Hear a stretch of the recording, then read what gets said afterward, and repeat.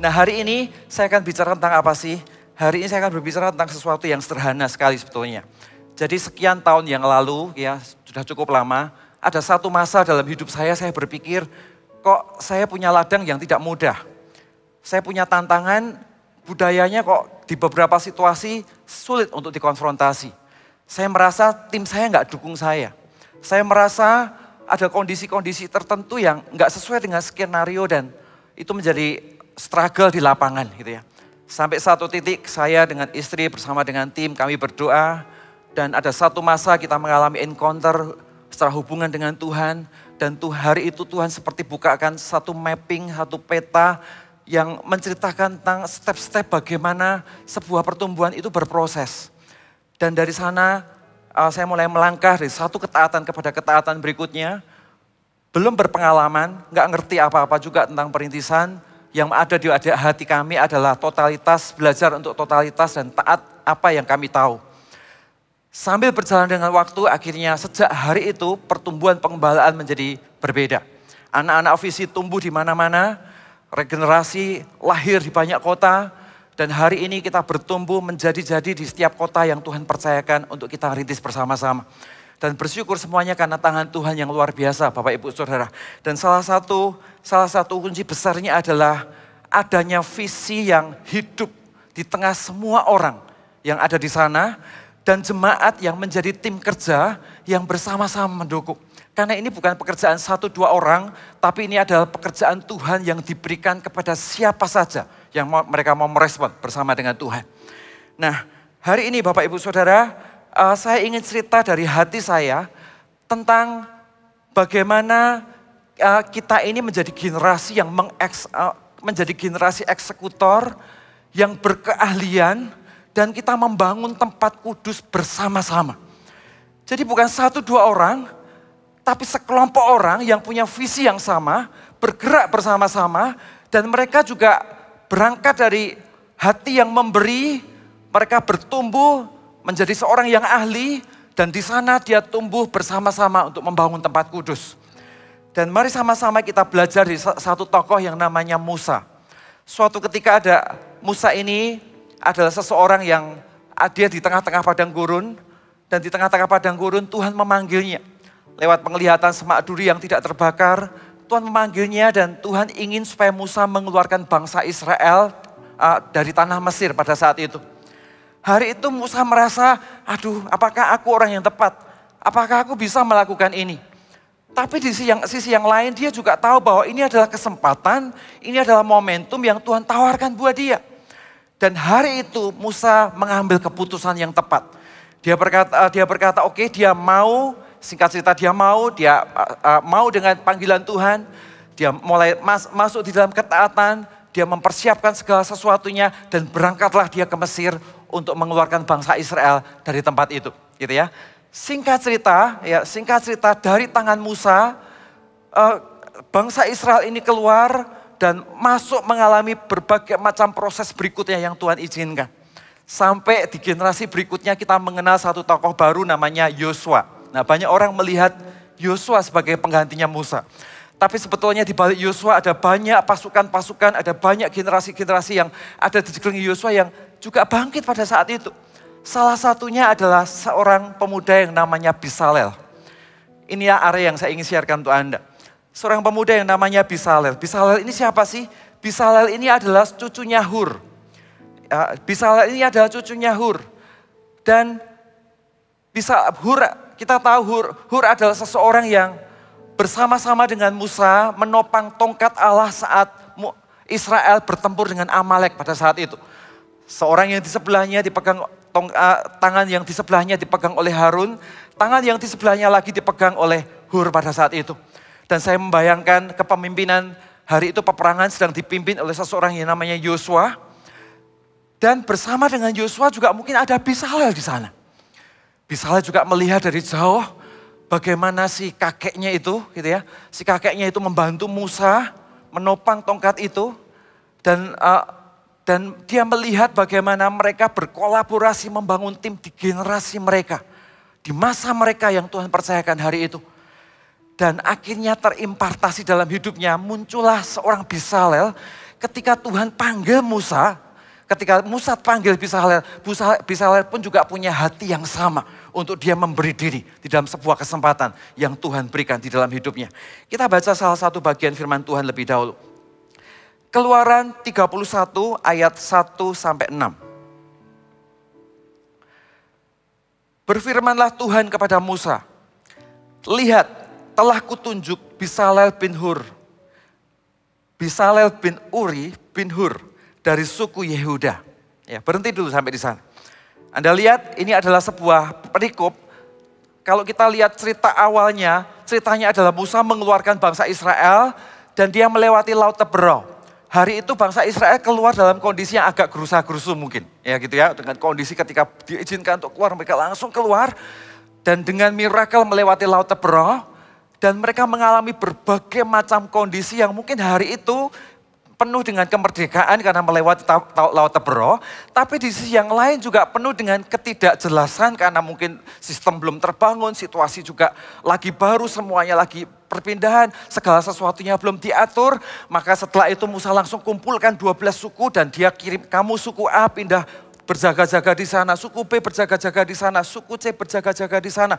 Semua orang punya wilayahnya, bagiannya masing-masing untuk mereka berjaga-jaga. Setelah itu sampai pada satu titik di momentum berikutnya, sesudah semuanya itu menjadi lebih stabil, maka Musa bersama dengan Tuhan masuk pada momentum berikutnya, di mana Tuhan ngomong kepada Musa, kita harus membangun yang namanya kemah pertemuan sebagai tempat kudus.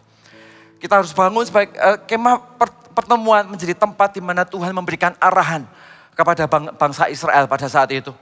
Dan di tengah-tengah kondisi seperti ini muncullah seseorang yang namanya Bezalel untuk menolong pergerakan Tuhan pada saat itu.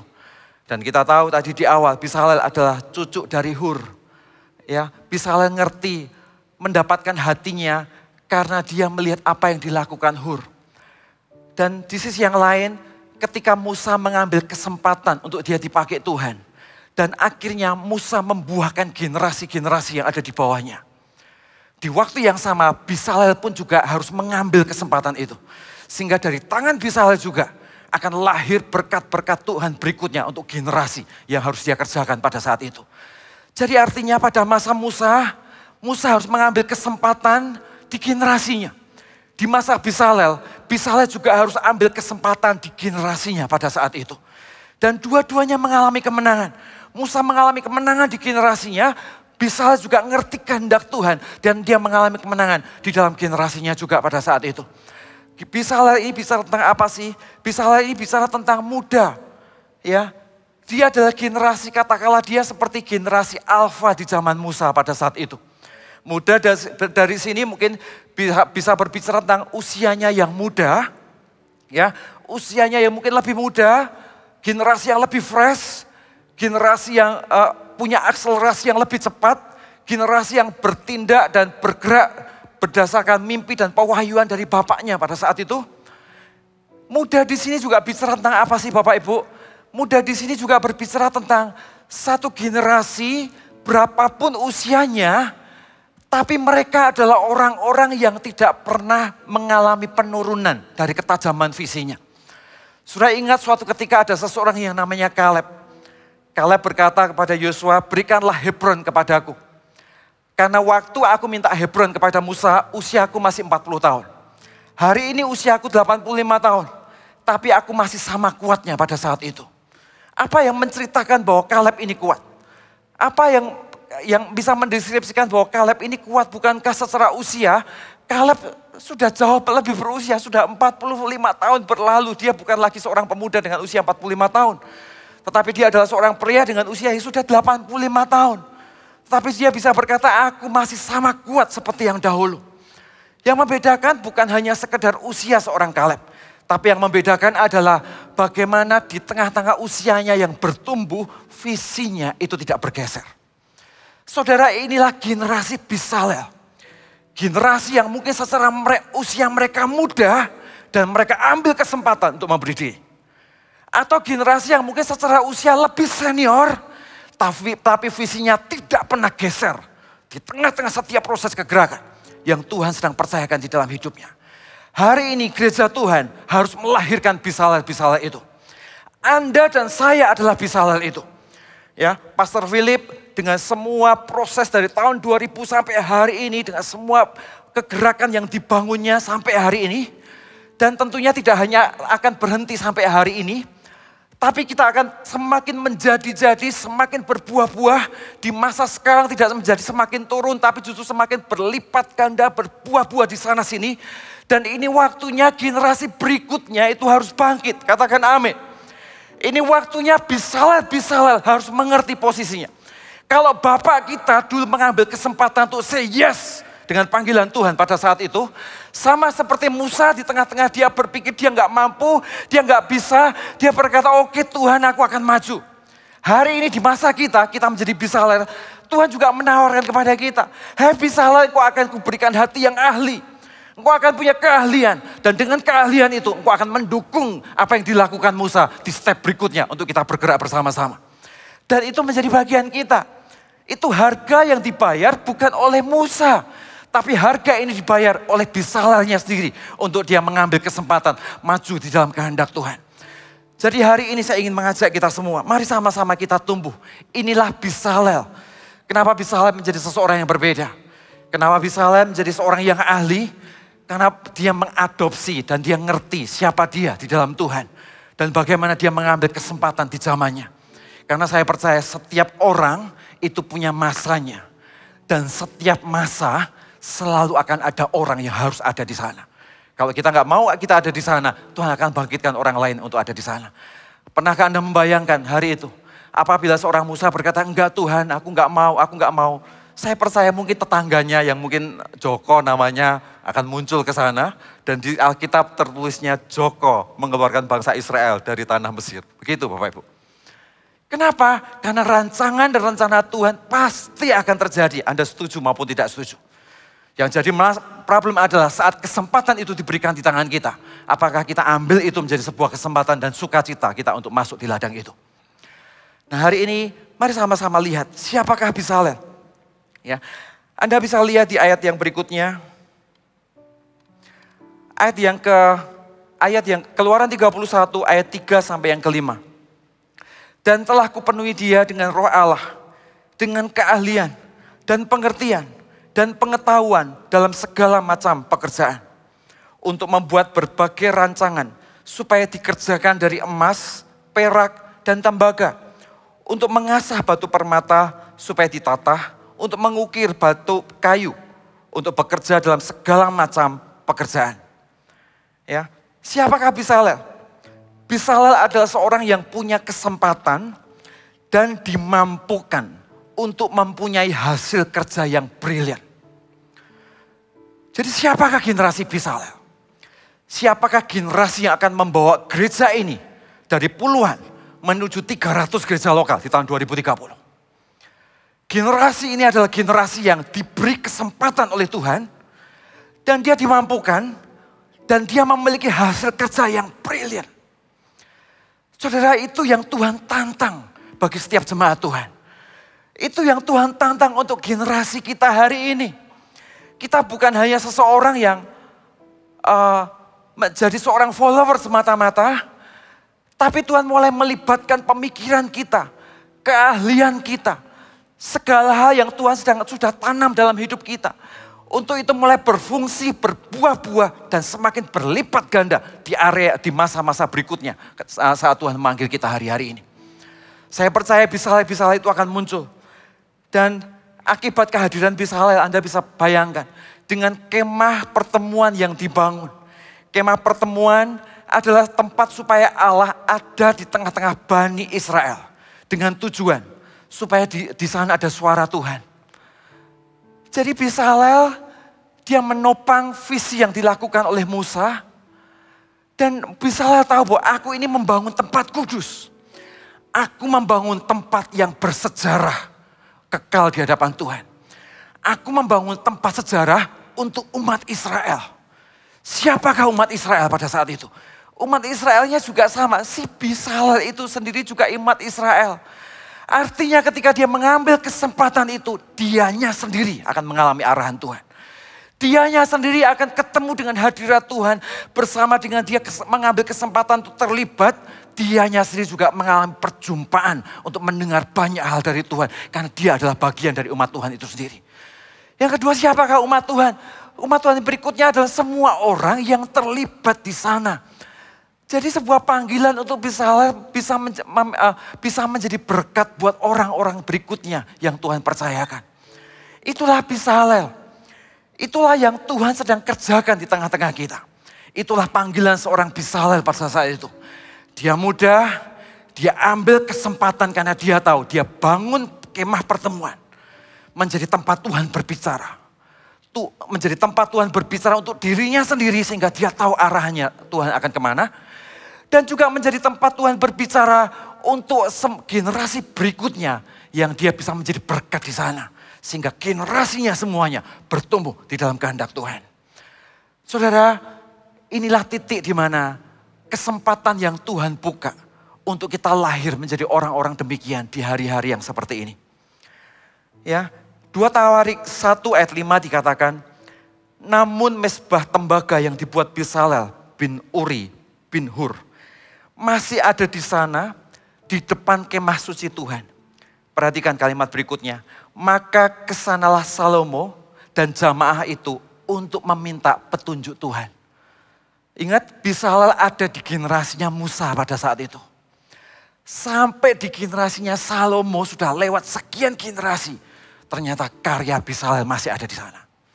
Bahkan Musa ketika dia melakukan mau nyembelih 1000 korban sembelihan, dia menggunakan karya yang sama yang dilakukan oleh seseorang namanya Bisalel. Jadi ministry seorang Bisalel itu bukan ministry untuk kepuasan kita pribadi. Panggilan untuk menjadi Bisalel itu bukan sekedar ya pokoknya aku jadi orang Kristen mengisi waktu maka aku sediakan waktuku untuk gereja. Bukan.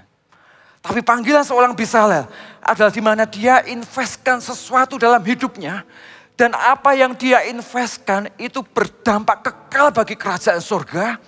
Menjadi berkat bagi generasinya, bahkan akan terus diingat sampai generasi berikutnya. Tuhan orang akan mengingat. Orang akan mengingat ada generasi sebelumnya yang takut akan Tuhan yang menjadi inspirasi buat dia. Hari ini mari kita bermimpi. Gereja Mawar Syaron, kegerakan kita bukan kegerakan dengan sejarah 20 tahun. Tapi Gereja Mawar Syaron, kegerakan kita adalah kegerakan yang setelah 20 tahun berlalu, ternyata ada generasi berikutnya yang terus mengingat gerakan 20 tahun sebelumnya. Dan mereka jauh lebih besar daripada saat itu. 20 tahun berikutnya akan muncul generasi berikutnya lagi yang mereka mengingat kegerakan berikutnya.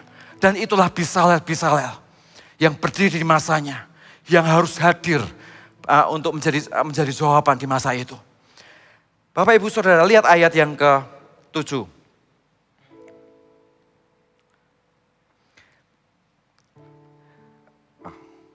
Kemah pertemuan, tabut untuk hukum, tak tutup pendamaian yang terletak di atasnya. Inilah semua yang dikerjakan oleh Bisalel itu.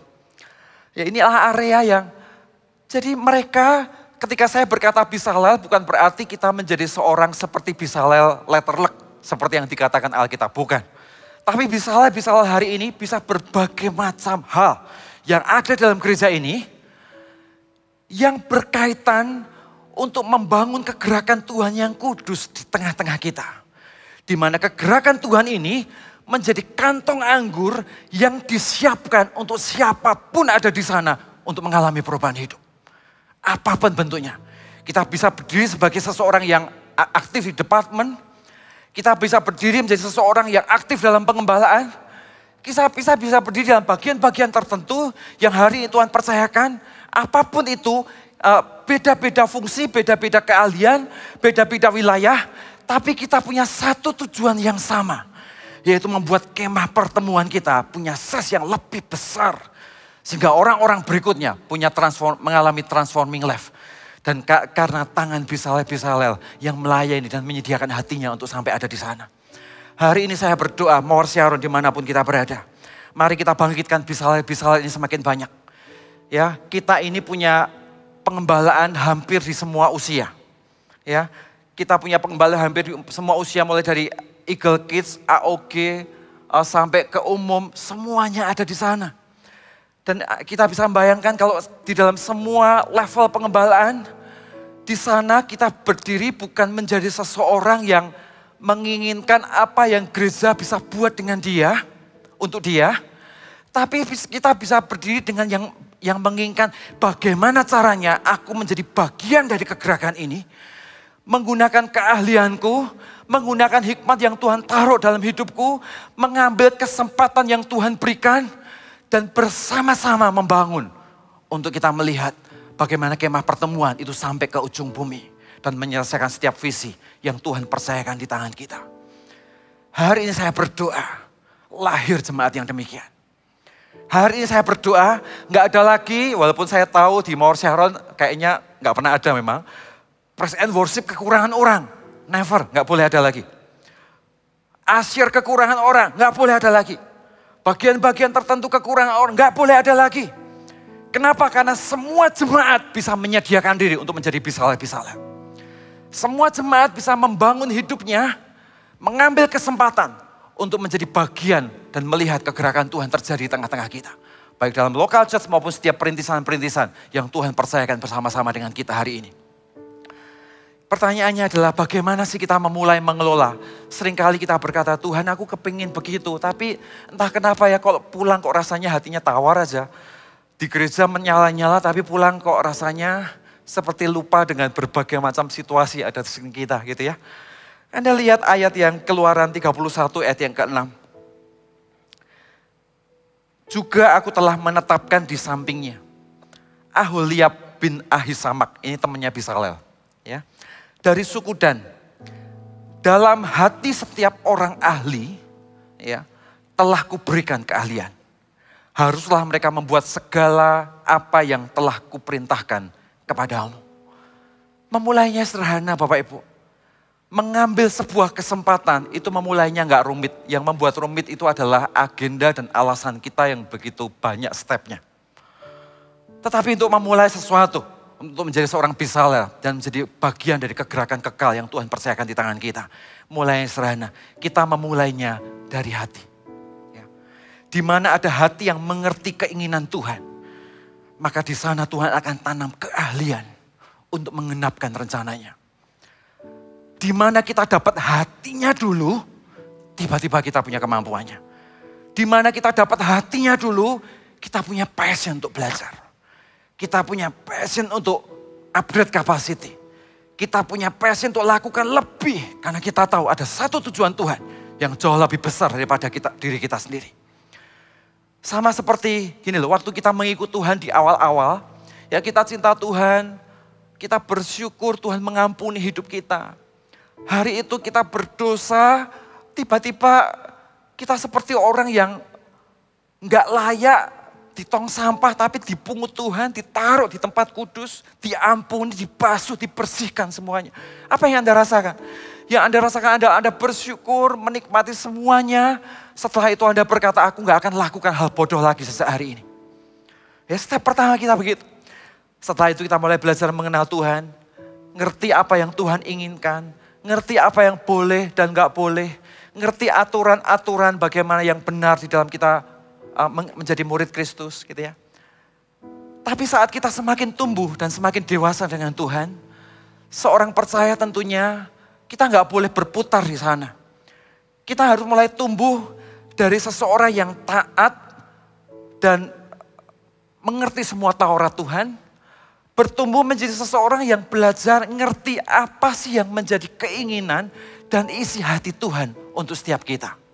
Dua hal ini bisa sama-sama menjadi orang Kristen, tapi dampaknya yang berbeda. Yang satu dia Kristen, tetapi dia orientasinya adalah gimana caranya dia nggak salah. Gimana caranya dia nggak ngelanggar firman Tuhan. Gimana caranya supaya dia nggak dikutuk karena melakukan kesalahan ini dan kesalahan itu. Gitu ya. Tapi yang satunya lagi orientasinya kepada gimana caranya supaya di tengah-tengah ketaatan ini aku bisa kasih lebih. Di tengah-tengah ketaatan ini, aku bisa menemukan nilai hidup yang jauh lebih berharga daripada hari ini. Di tengah-tengah ketaatan ini, aku bisa ngerti apa sih yang sebetulnya ada di hati Tuhan. Untuk aku do something di dalam kegerakan Tuhan. Saudara, dua hal ini sama-sama Kristen. Tapi dampaknya berbeda. Yang satu, Anda akan berhenti di tempat yang Anda inginkan. Ya. Yang satunya, Anda akan dibawa Tuhan pergi ke tempat yang Tuhan inginkan untuk kita. Jadi hari ini kita hanya mau jadi orang Kristen, ya sudah pokoknya aku jadi orang Kristen pergi ke tempat yang aku inginkan. Atau aku menjadi orang Kristen yang Tuhan bawa aku ke tempat yang Tuhan inginkan. Bahkan tempat itu adalah tempat yang aku harus membayar harga kadang-kadang. Tapi kalau tempat itu adalah tempat yang Tuhan inginkan, aku akan pergi ke sana. Izinkan aku ada di sana. Saudara, spirit inilah yang dimiliki oleh seseorang yang namanya Bezalel. Ya, ketika ada di tengah-tengah kondisi hati yang seperti itu, dia tahu bukan hanya tentang aturan Tuhan, tapi dia belajar ngerti apa sih yang sebetulnya menjadi keinginan Tuhan pada saat itu. Apa yang menjadi kehendak Tuhan untuk zaman kita. Apa yang menjadi kehendak Tuhan dengan setiap keahlian yang aku punya, dengan setiap situasi yang sedang aku hadapi, dengan kondisi waktu yang aku jalani hari-hari ini, sebetulnya di balik semua perjalanan keseharian ini, ada tanggung jawab ilahi apa yang Tuhan sedang tawarkan dalam hidupku untuk memberi lebih. Untuk mengatur hidup lebih. Untuk menjadi jauh lebih berharga melompat di dalam kehendak Tuhan di level berikutnya. Berangkatnya dari sana. Dan ini selalu dimulai dari hati kita yang dipersembahkan di hadapan Tuhan. Anda lihat Keluaran 36 ayat 1 dan 2. Demikianlah harus bekerja Bezalel dan Aholiab dan setiap orang yang ahli yang telah dikaruniai Tuhan keahlian dan pengertian. Sehingga ia tahu melakukan segala macam pekerjaan untuk mendirikan tempat kudus, tepat menurut yang diperintahkan Tuhan. Ayat yang kedua Bapak Ibu.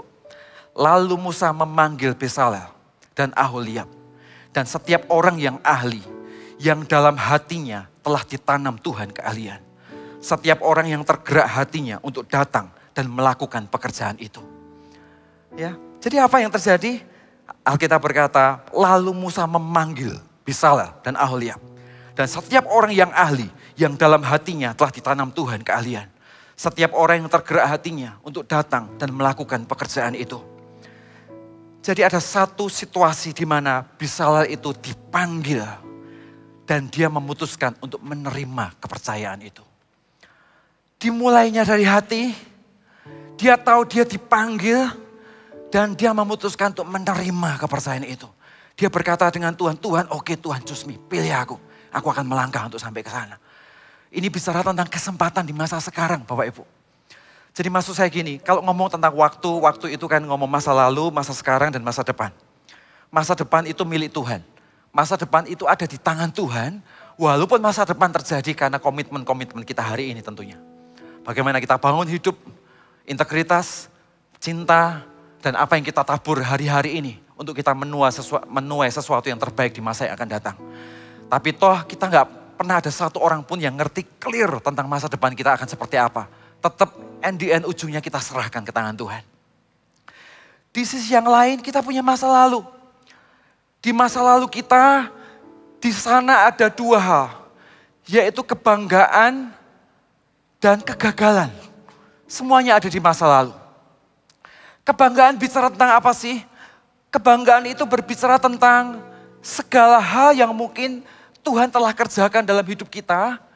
Dan yang membuat kita bersyukur karena apa yang sudah terjadi di hari-hari ini. Dan kebanggaan itu penting. Karena kebanggaan membuat kita ini jadi ngerti bahwa Tuhan itu bersama-sama dengan kita. Kebanggaan membuat kita juga ngerti bahwa saat kita dalam kondisi yang mungkin tidak ideal, kita mengingat bagaimana Tuhan telah berkarya sejauh ini untuk kita. Kebanggaan itu penting. Ya, tapi di sisi yang lain kita juga nggak boleh kejebak. Fokus kita meletakkan kebanggaan di masa sekarang kita. Ya kita bangga, dulu saya pernah begini. Dulu saya pernah begitu. Dulu saya seorang yang begini. Dulu saya ahli ini, ahli itu.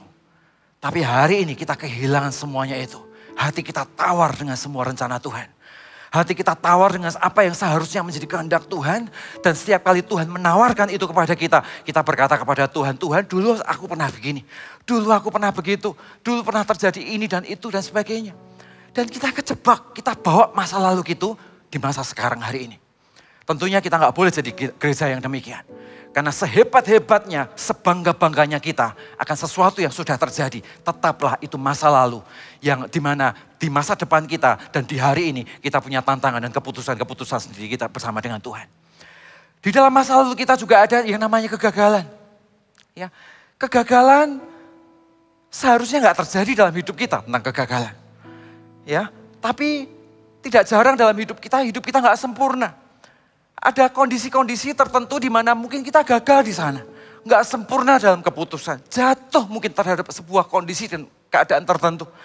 Dan hari itu Anda ngomong kepada Tuhan, Tuhan ampuni peristiwa ini, ampuni keadaan ini. Anda menyesali betapa bodohnya keputusan hari itu. Kok bisa saya buat keputusan yang sekonyol ini? Dan Anda menyesal, Anda menyesali semua itu dan Anda tidak menginginkan hal itu terjadi. Ya, di sisi yang lain, sesuatu yang gak seharusnya terjadi. Tapi di sisi yang lain, masa lalu itu akan mengingatkan kita. Bahwa mungkin ada bercak di masa lalu yang kita ini gak sempurna. Dan kita ngomong dengan Tuhan, Tuhan seumur hidup aku gak akan kembali untuk melakukan hal bodoh itu lagi. Dan sehingga masa lalu itu mungkin secara memori kita gak hilang. Tapi memori itu akan mengingatkan kita bahwa kita tidak akan kembali ke kubangan itu untuk kembali ke sana. Itu ada di masa lalu kita. Masa yang lain, kita punya masa sekarang. Masa sekarang itu bicara tentang apa sih? Masa sekarang itu bicara tentang kesempatan yang Tuhan berikan hari ini. Saudara, sehebat-hebatnya Anda punya kebanggaan, tetaplah itu masa lalu. Ya, sehancur-hancurnya kita punya kegagalan, nggak perlu merasa bersalah berlebihan, tetaplah itu masa lalu. Serahkan semuanya ke tangan Tuhan. Tapi kita punya satu tanggung jawab bersama dengan Tuhan untuk memutuskan keputusan-keputusan kita hari ini. Yaitu masa sekarang kita. Ya, jadi kalau kita mau berkata Tuhan, pakai aku menjadi Bezalel. Itu bukan di masa lalu kita. Pakai aku menjadi Bezalel bukan nanti 10 tahun dari sekarang. Pakai aku untuk menjadi Bezalel adalah keputusan kita hari ini. Untuk ngomong dengan Tuhan, Tuhan choose me. Pilih aku dan aku akan pergi ke sana. Pilih aku untuk menyiapkan generasi berikutnya. Pilih aku untuk melayani lebih. Pilih aku untuk bawa hati lebih. Kenal apa yang jadi keinginan Tuhan dalam hidup ini. Sehingga aku belajar tumbuh dari satu ketaatan kepada ketaatan berikutnya. Saudara, hari ini saya ingin mengajak kita semua, ayo agresiflah. Dengan sesuatu yang kekal yang harus Anda pilih hari ini. Bapak Ibu Saudara. Suatu ketika saya berulang tahun ya. Saya berulang tahun di usia 40 tahun. Ternyata usia sebelum 40 dan setelah 40 itu rasanya beda Bapak Ibu. Ya,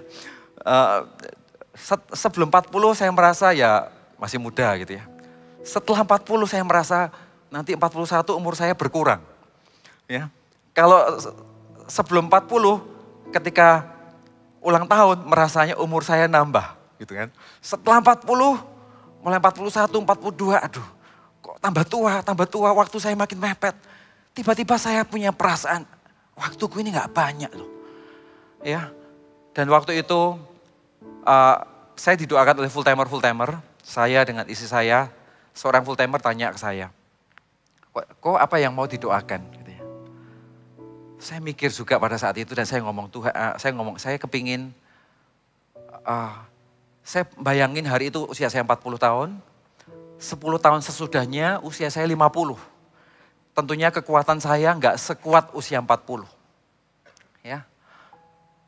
Dengan kata lain 10 tahun itu cuma 2 kali pemilu. Pendek sekali. Bayangin 10 tahun dari sekarang banyak di antara kita yang 40 jadi 50, 50 jadi 60, 60 jadi 70 sudah. Dan itu bukan usia yang muda lagi dengan waktu 10 tahun.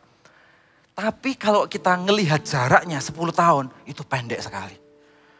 Sampai satu titik saya ngomong, Tuhan boleh nggak saya minta?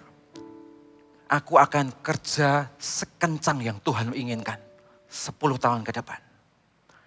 Tapi please kasih aku hikmat, akselerasi, otoritas. Supaya 10 tahun ini dampaknya itu gede. Karena setelah 50 tahun, apakah kekuatan saya akan sama dengan hari ini? Ya tentunya harus gitu ya, tapi kan gak ada yang bisa jawab itu gitu. Tapi saya ngomong dengan Tuhan, kasih saya kesempatan 10 tahun ini untuk akselerasi. Secepat yang saya bisa yang Tuhan inginkan untuk saya. Jagain keluarga kami, jagain istri anak saya. Untuk kita bisa bergerak ke sana. Sudah tahu kenapa? Karena kalau ngomong kesempatan, kesempatannya itu sekarang, bukan nanti. Kesempatan untuk melayani bukan nanti, bukan di belakang, tapi sekarang. Kesempatan untuk memberi diri bukan nanti, bukan mikir terlalu panjang, malah akhirnya nggak membuat keputusan. Kesempatan untuk melayani hari ini.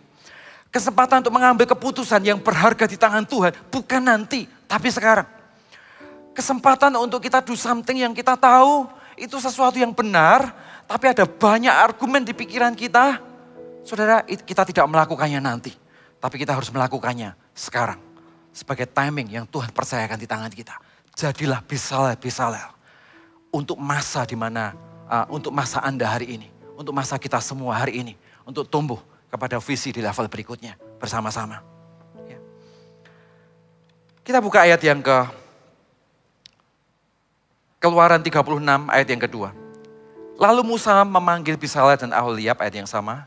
Dan setiap orang yang ahli yang dalam hatinya telah ditanam Tuhan keahlian. Setiap orang yang tergerak hatinya untuk datang dan melakukan pekerjaan itu. Ya. Jadi Tuhan itu taruh di dalam hati, tapi kitalah yang mengadopsi visinya.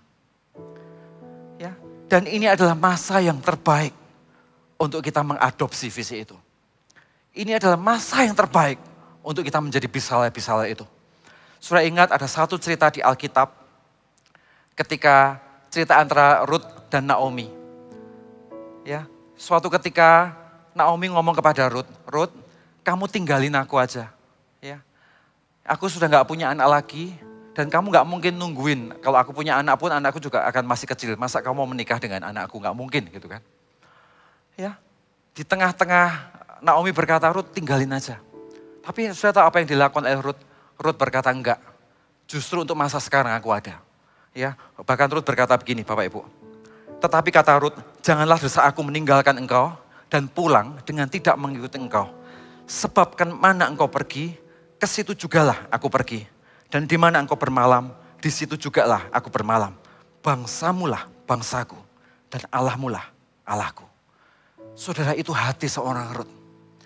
Ya, ketika dia melihat Naomi, ya, dan itu seharusnya menjadi hati kita ketika kita melihat kegerakan Tuhan. Ya, bayangin 2 tahun Tuhan pelihara kita. Di rumah, duduk manis, Tuhan pelihara Anda. 2 tahun, ya, beberapa kita di antara kita mungkin mengalami tantangan, juga beberapa kita mungkin mengalami kesedihan. Tapi baik tantangan maupun kesedihan, di balik itu semua tetap di sana ada penyertaan Tuhan yang tidak pernah tinggalkan kita. Ya, justru di masa-masa seperti inilah bukan tempat untuk kita sembunyi. Tapi di masa-masa seperti inilah tempat untuk seseorang berdiri tegak dan menceritakan Injil di mana-mana. Berdiri tegak dan menjadi Bezalel, tiang-tiang penopang untuk kegerakan Tuhan. Karena kita tidak menjadi lebih kecil, tapi kita akan segera meledak jauh lebih besar daripada hari ini. Mari sama-sama kita bergerak untuk melihat ini bersama-sama, Bapak Ibu Saudara. Saya berdoa lahir hati yang sama untuk melihat kegerakan 10 tahun di depan kita. Untuk kita tumbuh bersama-sama sebagai pasukan-pasukan Kristus. Ya, amanat agung bisa berubah dengan metode, tapi dia tidak pernah berhenti untuk diperintahkan untuk terus berjalan. Ya, situasi bisa mengalami perubahan dengan berbagai macam cerita, tapi kita percaya hati Tuhan untuk jiwa-jiwa tidak pernah digeser oleh apapun situasi yang hari ini terjadi, yang ada di sekeliling kita.